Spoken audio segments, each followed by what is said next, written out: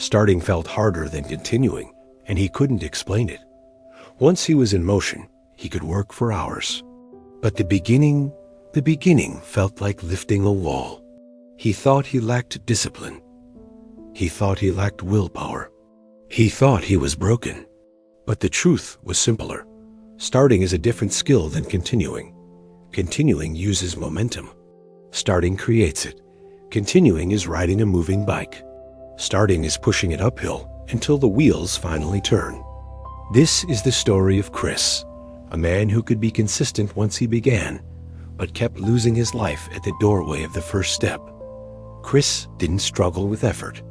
He struggled with initiation, the moment before action, the moment where you're still you, and the habit is still imaginary. He would wake up with a plan, even a good plan, and still delay. Not because he didn't care, but because the mind hates transitions. A transition means leaving comfort and entering uncertainty. It means switching states, from rest to work, from easy to effort, from scrolling to focus, from thinking to doing. That state switch is where most people collapse, because the brain prefers the current state, even if it's painful. The brain loves already happening. Chris noticed something weird. If he accidentally started, like opening the file or putting on his shoes, he would keep going. But if he paused to prepare, he would disappear. Preparation felt safe. Preparation felt productive. But often, preparation was just delay wearing a suit. He didn't need more preparation. He needed a bridge from intention to action. A simple ritual that made starting automatic. Chris's mornings were a battlefield of small choices. Get up or snooze. Shower now or later. Check messages or not. Each choice looked small, but together they drained his decision battery. By the time he reached the task, he had already spent energy deciding. Starting felt heavy because his brain was already tired. That's the first reason starting feels harder. Decision fatigue. You don't begin fresh. You begin after dozens of tiny negotiations. The second reason was emotional friction. Starting forces you to face the gap between where you are and where you want to be. That gap feels like judgment. Continuing doesn't show you the gap. It just shows you the next rep, the next page, the next minute. Starting shows you the whole mountain at once. The third reason was identity friction. Starting means becoming someone who follows through. That sounds good, but it also means you can't hide behind potential anymore. Potential is a comfortable story. You can believe you could be great someday. Starting demands proof, and proof can be uncomfortable. Chris didn't realize he was protecting his self-image by delaying. If he never truly started, he never truly risked being mad. He stayed capable in theory. One Monday, Chris decided to finally fix his routine. He made a strong plan. Wake early, train, work, read, plan the next day. It was perfect. The plan lasted half a day, not because it was hard, but because it required too many starts. Start waking. Start training. Start working. Start reading. Start planning. Each start was a separate battle. Chris was fighting 5 doorways a day. No wonder he felt exhausted. That night, he sat at his desk and wrote a simple question. Why can I continue, but not start? The answer came when he watched his own behavior. He could start scrolling easily because there was no friction. The phone was right there.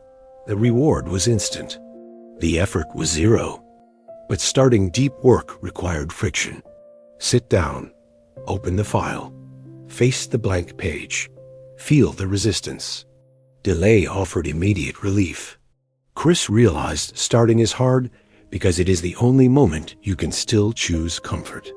Once you begin, comfort loses its grip. So the real fight wasn't the habit. The real fight was the first 60 seconds. Chris met an older trainer at the gym who had a calm intensity. Not loud, not motivational, just consistent, like a clock. Chris asked him, "How do you always start?" The trainer didn't say, "Be disciplined." He said, "I don't start. I enter." Chris didn't understand. The trainer explained, starting is a decision. Entry is a procedure. Procedures remove debate. That line stayed in Chris's head all week. Starting as a decision made it emotional. Entry as a procedure made it mechanical. Chris built a tool he called the 60-second entry. It had one purpose: remove choice from the first minute. The rule was simple. When it's time, you do 3 actions, no thinking. Action 1, stand up. Action 2, move to the location. Action 3, touch the tool. Touch the tool means open the laptop. Hold the pen. Put on the shoes. Grab the water bottle. The tool makes the habit real. Chris tested it the next morning. He didn't ask, "Do I feel like it?" He stood up. He walked to the desk. He opened the laptop. The resistance didn't disappear, but it weakened. Because the mind argues in thoughts, but the body argues in movement. Movement wins. He then added a second tool, the 2-minute ignition. For the first 2 minutes, the only goal is to stay with the task. Not to be good, not to be fast, not to be inspired, just to stay. 2 minutes is short enough to be possible and long enough to start momentum. Chris noticed something immediate. The first 2 minutes were uncomfortable, like cold water. But after 2 minutes, the task felt normal. That's the truth about starts. Discomfort is front-loaded. The pain of beginning is concentrated in the first moments. That's why continuing feels easier. Once you pass the doorway, the nervous system adjusts. The brain stops panicking and starts performing. Chris began using the entry rule for everything. Gym, stand up, shoes on, out the door. Work, sit down, open file, write first sentence. Cleaning, pick up one item, then another. Each time he crossed the doorway, he earned a small win, identity proof. I'm the kind of person who enters, even when I don't feel like it. That proof mattered more than motivation, because motivation is a feeling. Proof is a fact. Facts build confidence quietly. Chris also learned to reduce the number of starts. Instead of 5 habits scattered across the day, he grouped them into blocks. Because every new block is a new start. The more starts you require, the more chances you give your mind to negotiate. He created a simple schedule: 1 morning entry block, 1 work block, 1 evening reset. Fewer doorways, less negotiation, more consistency. After a week, he noticed he was less anxious. Starting used to feel like a threat. Now starting felt like a routine procedure. He realized he had been waiting for a feeling that would make starting easy. But starting doesn't become easy through feelings. It becomes easy through repetition. The entry procedure became a habit by itself. A habit that triggers other habits. A gateway habit. Chris also learned why big goals increase resistance. Big goals make the start feel heavy because you imagine the whole journey. So he changed his focus.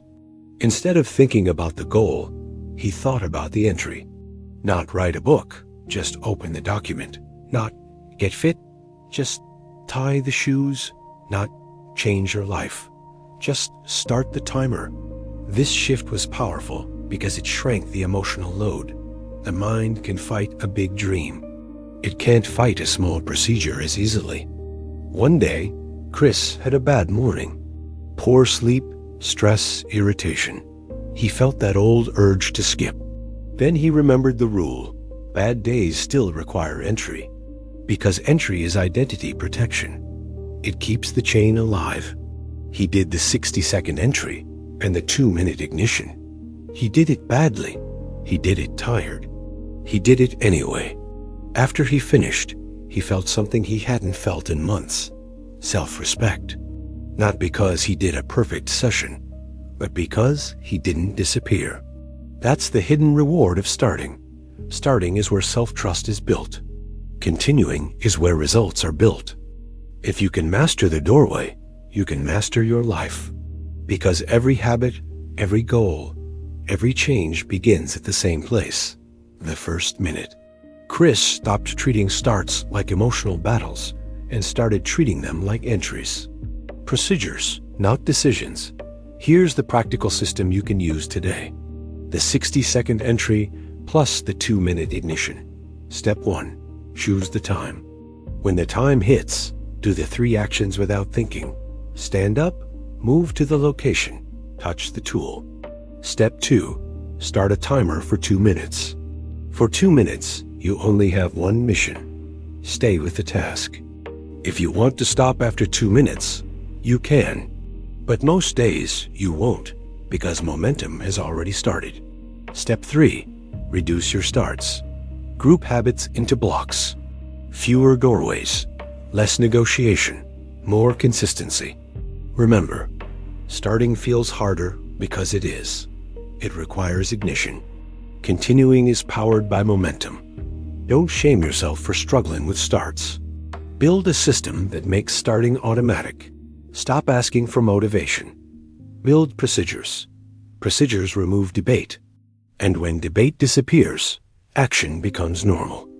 Chris didn't become a superhero. He became a man who enters. And that small identity shift changed everything. Your life is not changed by one giant decision. It's changed by hundreds of small entries into the work you keep avoiding. So when the time comes today, don't negotiate. Stand up, move, touch the tool. Start 2 minutes, cross the doorway. Let momentum take over. Then keep going while it's easier, because that's the point. Every story reshapes your mindset.